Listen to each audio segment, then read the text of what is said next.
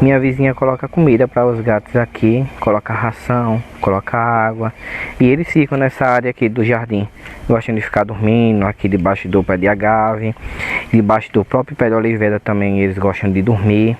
E simplesmente essa pessoa vem aqui com o intuito de acabar com essa linda árvore, com os frutos dela e com a sombra que faz para os animais. Tudo isso por maldade, ódio no coração, de não ver o bem do próximo, não gostar da natureza, não gostar de si mesmo.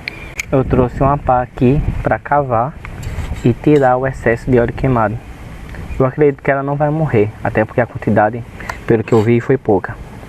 Mas eu vou fazer isso mesmo para ajudar ela e não prejudicar ela mais, né?